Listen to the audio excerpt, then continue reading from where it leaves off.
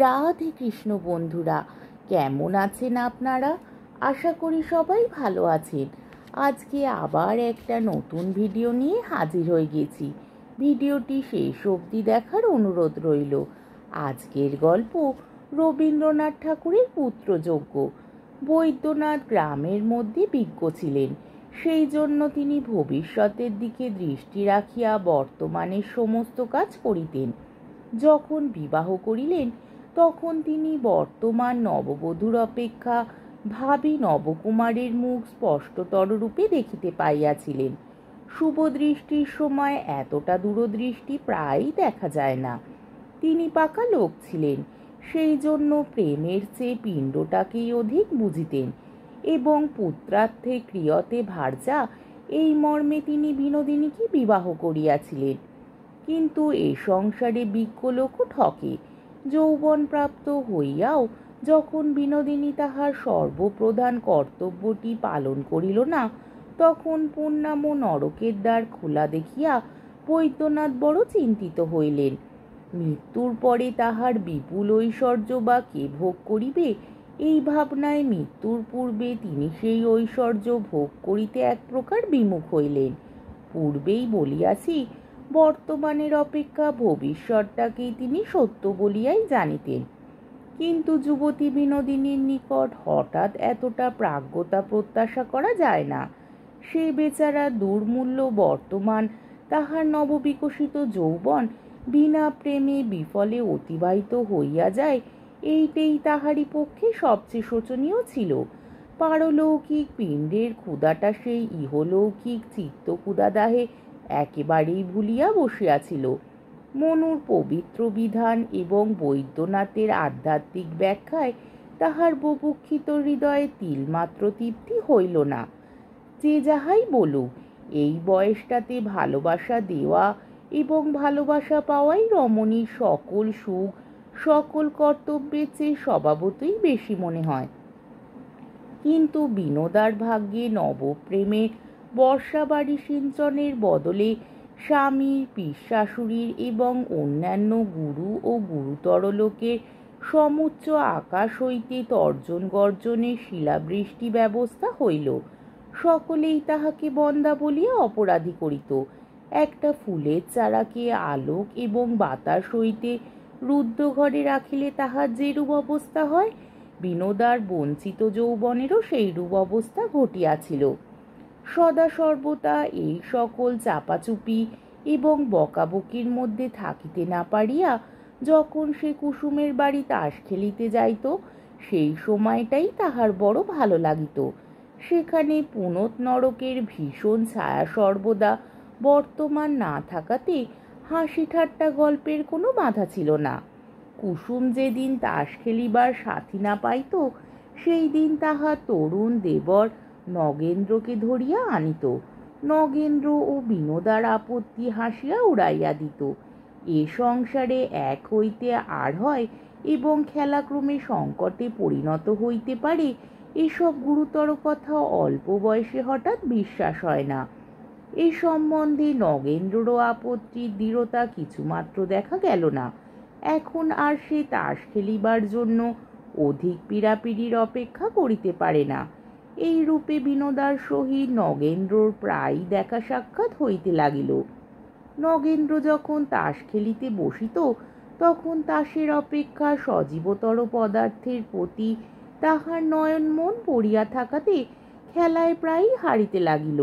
পরাজয়ের প্রকৃত কারণ বুঝিতে কুসুম এবং বিনোদার কাহারও বাকি রহিল না। পূর্বেই বলিয়াছি, কর্মফলের গুরুত্ব বোঝা অল্প বয়সের কর্ম নহে। কুসুম মনে করিত এ একটা মজা হইতেছে এবং মজাটা ক্রমে 16 আনায় সম্পূর্ণ হইয়া ওঠে, ইহাতে তাহার একটা আগ্রহ ছিল। ভালোবাসার নবঙ্কুরে গোপনে জলসিঞ্চন তরুণীদের পক্ষে বড় কৌতুকের।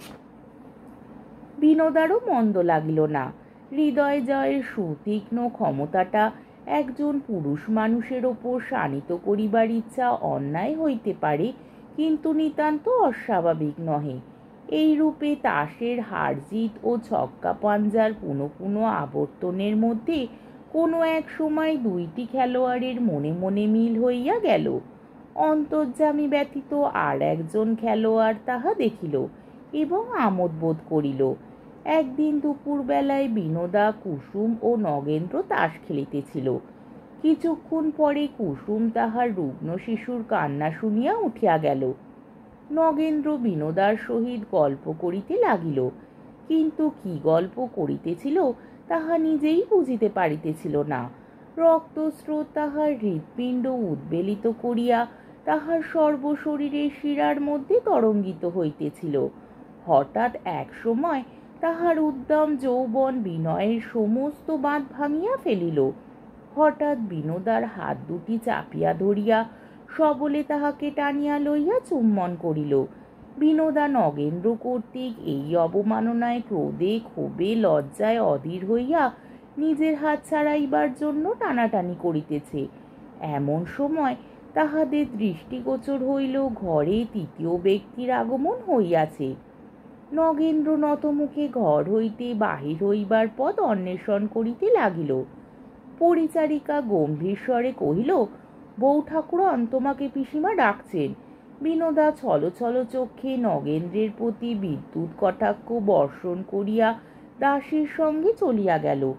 পরিচারিকা যেটুকু দেখিয়াছিল তাহাকে হ্রস্ব এবং যাহা না দেখিয়াছিল তাহাকে সুদীর্ঘতর করিয়া বৈদ্যনাথের অন্তঃপুরে একটা ঝড় তুলিয়া দিল। বিনোদার কি দশা হইল সে কথা বর্ণনার অপেক্ষা কল্পনা সহজ। সে যে কতদূর নিরপরাধ কাহাকেও বুঝাইতে চেষ্টা করিল না, নতমুখে সমস্ত সহিয়া গেল। বৈদ্যনাথ আপন ভাবী পিণ্ডদাতার আবির্ভাব সম্ভাবনা অত্যন্ত সংশয়াচ্ছন্ন জ্ঞান করিয়া বিনোদাকে কহিল, কলঙ্কিনী, তুই আমার ঘর হইতে দূর হইয়া যা। বিনোদা শয়নকক্ষে দ্বার রোধ করিয়া বিছানায় শুইয়া পড়িল। তাহার অশ্রুহীন চক্ষু মুহূর্তের মরুভূমির মতো জ্বলিতেছিল।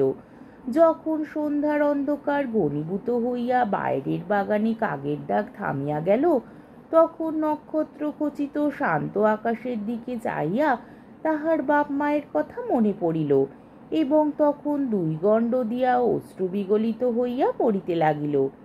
সেই রাত্রে বিনোদা স্বামী গৃহ ত্যাগ করিয়া গেল, কেহ তাহার খোঁজও করিল না। তখন বিনোদা জানিত না যে প্রয়োজনার্থং মহাভাগা, স্ত্রী জন্মের মহাভাগ্য সে লাভ করিয়াছে। তাহার স্বামীর পারলৌকিক সদ্গতি তাহার গর্ভে আশ্রয় গ্রহণ করিয়াছে। এই ঘটনার পর 10 বৎসর অতীত হইয়া গেল। ইতিমধ্যে বৈদ্যনাথের বৈষয়িক অবস্থার প্রচুর উন্নতি হয়েছে। এখন তিনি পল্লীগ্রাম ছাড়িয়া কলিকাতায় বৃহৎ বাড়ি কিনিয়া বাস করিতেছেন। কিন্তু তাহার বিষয় যতই বৃদ্ধি হইল, বিষয়ের উত্তরাধিকারীর জন্য প্রাণ ততই ব্যাকুল হইয়া উঠিতে লাগিল। পরে পরে 2 বার বিবাহ করিলেন, তাহাতে পুত্র না জন্মিয়া কেবলই কলহ জন্মিতে লাগিল। দৈবজ্ঞ পণ্ডিতের সন্ন্যাসী অবধূতে ঘর ভরিয়া গেল। শিকড় মাদুলি জলপড়া এবং পেটেন্ট ওষুধের বর্ষণ হইতে লাগিল।